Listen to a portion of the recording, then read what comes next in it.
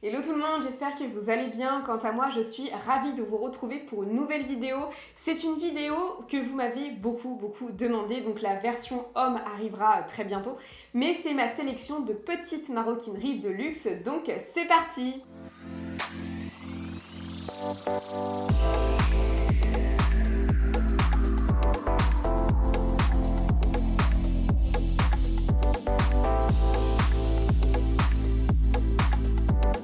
Avant de commencer la vidéo, n'hésite pas à me rejoindre sur Instagram. C'est sur ce réseau justement que tu peux me demander des vidéos particulières, que tu peux échanger avec moi, discuter, me poser des questions, que tu peux voir mes looks également, que tu peux voir mes bonnes adresses sur Paris, aussi bien de musées, de food, de plein de choses différentes. Donc on se rejoint là-bas. Tu peux bien évidemment soutenir mon travail en activant la cloche de notification et en t'abonnant, en commentant, en likant, ça me fera hyper plaisir.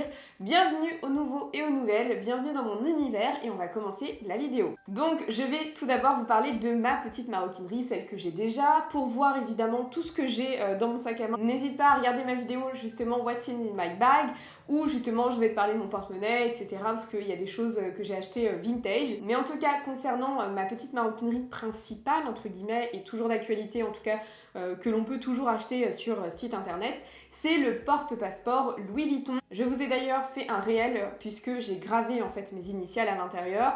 Donc c'est un porte-passeport qui est décliné pour hommes et pour femmes, donc je vous en parlerai dans la vidéo pour hommes, mais en tout cas il existe pour femmes.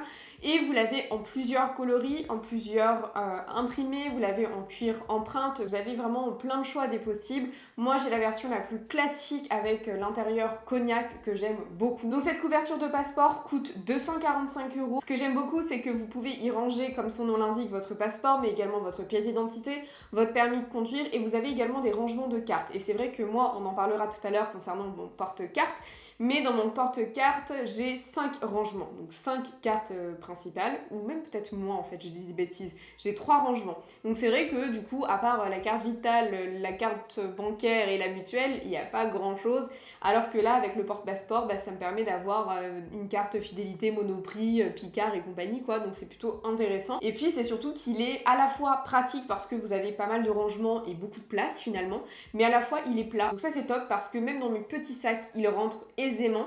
Donc il a tout de même un certain volume, puisque un passeport il rentre, mais voilà, il est plat, il n'est pas gondolé et je l'aime beaucoup. Et justement, en parlant de porte-carte, c'est également un porte-carte Louis Vuitton, mais effectivement, c'est 3 rangements puisque c'est le porte-carte simple. Donc il existe en cognac et il existe en rose fuchsia. Moi, comme j'adore tout assortir, voilà, tout doit être assorti, et bien voilà, j'ai pris le cognac pour que ça puisse aller justement avec le porte-passeport. Ce porte-carte là, vu qu'il est simple, est à 155 €, donc il est plus accessible que certaines maisons. Vous pouvez également y mettre vos initiales, apposer vos initiales, mais c'est plutôt déconseillé parce que contrairement au porte-passeport où voilà, quand vous mettez votre passeport, il n'y a pas de frottement, là c'est des cartes que vous allez rentrer et sortir, donc il y a un frottement, ça peut les abîmer, donc voilà, petit tips. Mais donc il est à 155 € et il est hyper bien, hyper solide. Je l'ai depuis... oui, je l'ai depuis plus d'1 an, je crois, normalement. C'est ça, j'ai dû vous faire un unboxing, je l'ai depuis plus d'1 an et il est vraiment super. On continue justement sur les petits porte-cartes. Alors, on va aller chez la maison Saint-Laurent. Au sein de la maison Saint-Laurent, je vous conseille pas forcément le cuir grainé poudré parce que, effectivement, il a tendance à beaucoup s'abîmer au niveau des coins. Que ce soit sous la forme de sac enveloppe, que ce soit au niveau de la petite maroquinerie en porte-monnaie. C'est vrai que c'est un cuir qui s'abîme beaucoup, qui a beaucoup de défauts en plus, donc voilà, je vous le conseille pas forcément. Mais j'en ai trouvé un autre en cuir grainé, mais cette fois-ci pas poudré, qui est pour le coup plus solide parce que j'ai eu de très bons retours à son sujet. Donc ce porte-carte, c'est le Tiny Monogram parce qu'effectivement le Yves Saint Laurent étant tout petit, c'est vrai que généralement Saint Laurent adore les énormes logos, les 3 lettres elles doivent être énormes et c'est vrai que des fois je trouve ça un petit peu too much, mais là c'est vraiment petit, c'est vraiment raffiné. Il est à 195 €, il existe en noir, en kaki, en beige, voilà, en différentes couleurs et voilà, je trouve que c'est un joli cadeau qui est subtil. Pareil, quand vous sortez votre porte-carte, surtout que voilà, dès qu'il y a un paiement, vous le sortez, donc il est visible. Il y a toute une gestuelle, il y a tout un cérémonial derrière. Effectivement, celui que j'ai en monogrammé, voilà, il est reconnaissable, il est hyper reconnaissable. Mais là, justement, si vous avez envie de plus de discrétion, finalement, vous mettez juste votre pouce et vous cachez les 3 lettres, donc voilà, YSL. Donc dans ma vidéo, ce qu'il y a dans mon sac, moi je vous ai dit que j'ai acheté un porte-monnaie vintage Céline imprimé toile triomphe et qui a une forme cuvette. Donc c'est une forme où voilà, quand vous l'ouvrez, vous le retourner entre guillemets et toutes les pièces sortent. C'est un modèle qui ressort énormément. Donc en fait, il est actuellement le modèle un peu cuvette, il est actuellement chez Saint-Laurent, mais en boutique. Je ne l'ai pas trouvé sur le site internet, donc n'hésitez pas à aller en boutique Saint-Laurent si vous en avez à côté. Voilà, je vous l'aurais bien sélectionné, mais je ne l'ai pas, voilà, je l'avais pas sur le site internet. Mais en tout cas, si on va chez Céline, vous avez un porte-monnaie en toile triomphe également, qui est très sympa. Je trouve que justement, si par exemple vous adorez le monogramme et vous n'avez pas forcément envie d'avoir tout Louis Vuitton, sachant que autant le porte-passeport et le porte-carte sont plus accessibles, autant les porte-monnaies Louis Vuitton, c'est tout de suite un peu plus cher quand on est à 300-400 € et je comprends pas forcément d'ailleurs cette différence de prix. Et justement, voilà, la toile triomphe, je trouve qu'elle se mélange très bien justement avec une petite maroquinerie Louis Vuitton. Et donc ce porte-monnaie qui peut être donc soit porte-monnaie, soit porte-carte, vous savez, il y a certaines personnes qui aiment bien en fait mettre toutes leurs cartes finalement dans un petit porte-monnaie, est à 260 €. On continue au sein de la maison Céline avec un petit portefeuille, donc pareil, je vous ai sélectionné un portefeuille plus long, mais j'ai vu que la mode en ce moment c'était les petits portefeuilles. Donc là il y en a un de chez Céline, et ce que j'ai adoré c'est que la toile triomphe, elle est imprimée, enfin en tout cas elle est cousue sur une matière jean, et le jean cette année c'était hyper tendance en maroquinerie et même en souliers, voilà, je trouve que c'est hyper joli, c'est tendance, c'est jeune à la fois, mais il y a ce côté rétro avec la toile triomphe et je trouve qu'il est vraiment très joli. Donc forcément, vu qu'on est sur un travail un petit peu plus important et on est sur une pièce iconique de petite maroquinerie qu'est le portefeuille, voilà, on est à 500 €. Attention toutefois, j'ai un petit peu un doute tout de même sur la longévité du jean. C'est vrai qu'un jean ça reste un textile, donc voilà, dans les années, est-ce qu'il ne va pas devenir poisseux, est-ce qu'il ne va pas s'abîmer? Voilà, j'ai quand même un petit doute. On continue maintenant sur les porte-monnaies avec la maison Versace. Donc la maison Versace, depuis l'année dernière, je trouve qu'ils se sont bien refaits. C'est vrai qu'habituellement, Versace nous habitue au bling-bling, au voyant, au provoque, mais là, je trouve qu'ils sont beaucoup plus sages. Voilà, la femme Versace, elle est sage. Elle a une robe chasuble, elle a un col roulé, elle a une chemise, mais elle a des talons comme ça quoi. La dernière fois je me suis baladée sur Paris avec ma petite sœur et je disais ah mais tiens Ariana Grande elle adore les souliers Versace, mais je n'ai jamais vu de souliers avec autant de plateformes, c'est-à-dire qu'il y avait au moins 14 cm de plateforme à l'avant, je vous laisse imaginer ce qu'il y avait à l'arrière. Hormis le soulier qui est vraiment la fantaisie, la femme Versace s'est beaucoup calmée. Mais justement, ils ont travaillé un nouveau monogramme qui est plus discret, qui est un petit peu moins vu, que j'aime beaucoup. Et donc il y a ce petit porte-monnaie, voilà, cette pochette ronde. Mais c'est surtout que vous pouvez l'accrocher à un sac. C'est-à-dire que si vous choisissez un sac Versace de la collection actuelle, eh bien vous pouvez l'accrocher. Donc voilà, ce système d'accrochage, ça fait un petit peu penser à la multipochette de Louis Vuitton. Vous aviez le petit porte-monnaie finalement qui était accroché. Je trouve que les sacs modulables sont l'avenir. Voilà, c'est vrai qu'aujourd'hui on n'a plus forcément envie de s'embêter à avoir 36 000 trucs. On a envie de pratique, d'avoir vraiment un sac un peu tout terrain. Et là, c'est ce qu'on propose, donc je trouvais l'idée vraiment très intéressante. Et donc ce porte-monnaie modulable est à 250 € et il existe en plein de coloris, donc on retrouve la trame noire, mais justement on joue avec du bleu électrique ou alors avec du jaune néon, qui peut être hyper sympa. On continue maintenant sur la lancée des porte-cartes avec un porte-carte Prada en cuir Saffiano. Justement, moi je pense à la solidité. Pour moi, un porte-carte, c'est super sollicité. Autant un porte-passeport est moins sollicité parce que vous allez avoir vos pièces d'identité, et c'est vrai que nos pièces d'identité finalement on les sort pas tout le temps.